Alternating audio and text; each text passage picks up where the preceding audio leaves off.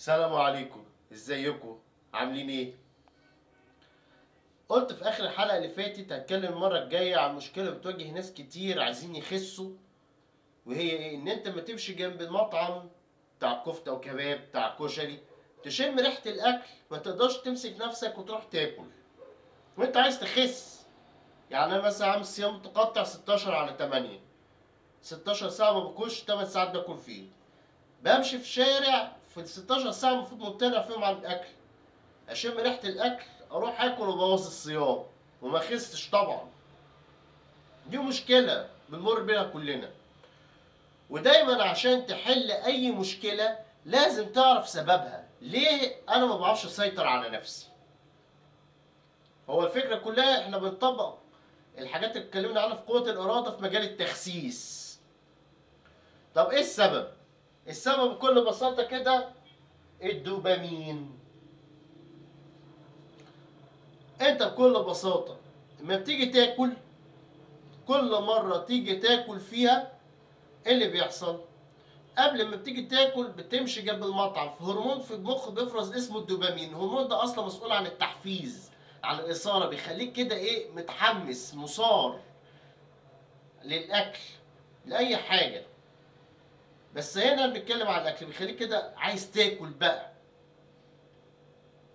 عشان بقية هرمونات السعادة تتولد، اللي هي الاندروفين والاكسيتوسين والسيروتونين الى اخره يعني.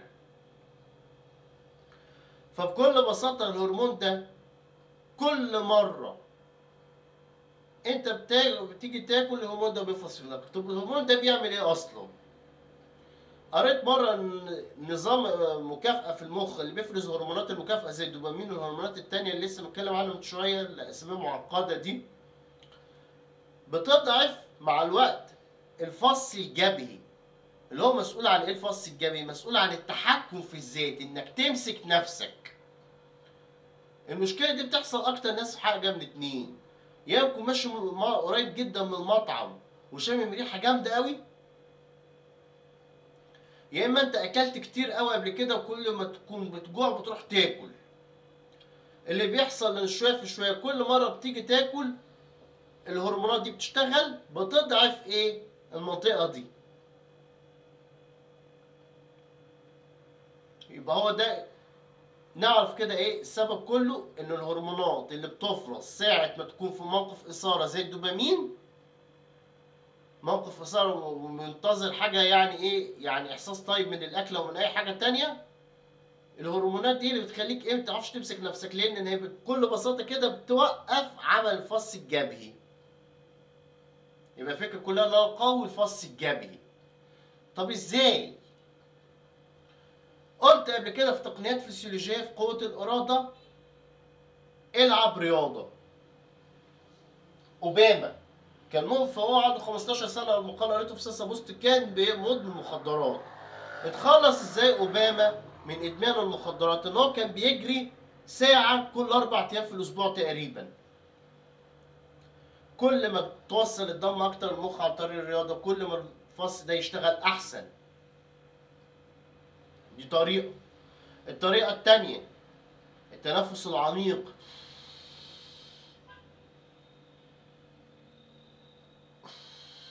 برضه مقال في ساسا بوست عن التحكم في الاراده، التحكم في الذات وتقويه الاراده. بيتكلم عن حته ان ايه، الفص الجبهي بيخسر في معركه التوتر.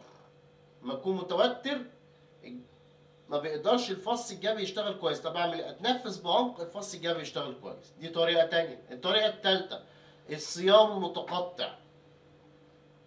الصيام المتقطع بيعمل ايه؟ شفتها في حلقه فكر تاني، ان بكل بساطه كده لما انت بتصوم الجسم بيعمل اعاده بناء للاجزاء التالفه. يعني في هنا حاجه تالفه في المخ. على فكره المخ فيه اجزاء بيعوض نفسه فيها، في اجزاء ما ينفعش. في ناس بيقول لك المخ ما بيتعوضش، لا، الدراسات الحديثه اثبتت في اجزاء بتتعوض، اجزاء ما بتتعوضش. ممكن فص الجبهه يتعوض. انك تعمل صيام متقطع بكل بساطه كده ايه اللي بيحصل؟ اللي بيحصل ان الفص الجبهي بيتعاد بناء الوصلات العصبيه تاني، بيعاد بناء الخلايا العصبيه تاني، تلاقي الفص الجبهي يشتغل احسن، تقدر تمسك نفسك. ودي بنشوفها فين؟ في رمضان. في الايام الاولانيه للصيام انت لما بتيجي تصوم بتتعب جامد قوي. ليه؟ كنت يعني تعبان وزعلان، مش قادر تمسك نفسك، واول ما الاذان بيقدم تلاقي نفسك تندفع على الاكل. مع الوقت ايه اللي بيحصل؟ تيجي ده في اخر رمضان تلاقي نفسك تعرف تمسك نفسك شويه، تصبر على الجوع. ليه؟ لان بكل بساطه كده الفص الجبهي عمل وصلات جديده وبقى اقوى. هي دي الفكره، ان الفص الجبهي بيقوى مع الصيام. يبقى اول حاجه تقويه الفص الجبهي عن طريق ايه؟ الرياضه، التنفس العميق، الصيام. دي نقطه. غير كده برضو علشان اتغلب على المشكله دي، تطبيق تجربه المارشميليو، قلتها قبل كده يجي مرتين واقولها تاني دلوقتي. حاول تتجنب ان انت تمشي في الشارع في المطعم. طب افترض همشي في المطعم في الشارع ده مفيش حل، فكر في اي موقف وحش حصل لك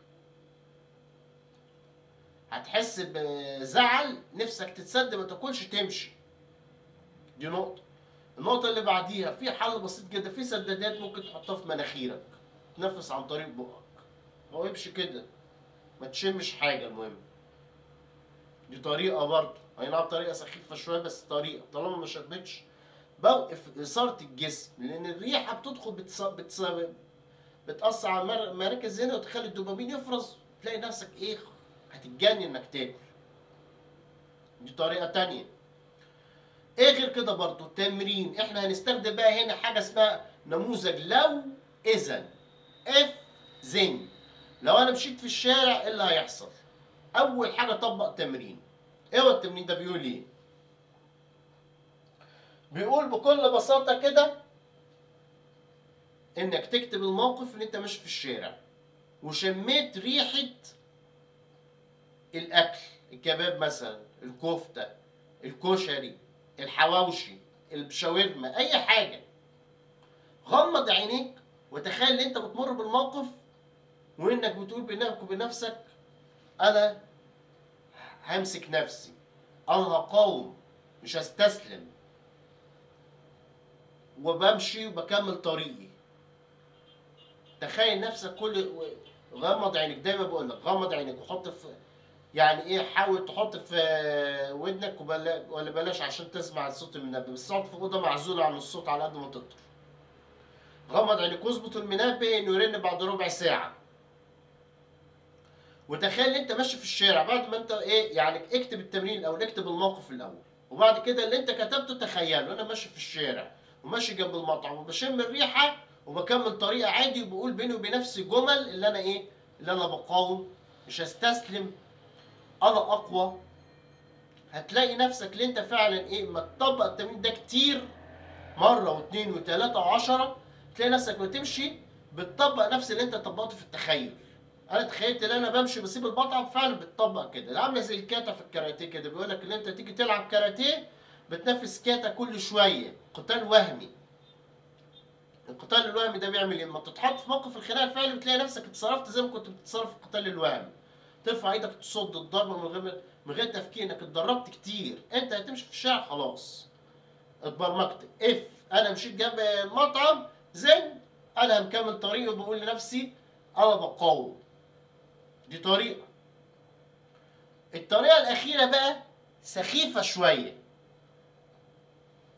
عارفين القصه بتاعت الراجل، واحده جت بتت عنده وكان كل شويه بيفكر انه يعمل حاجه غلط معاها، كان بيلسع نفسه.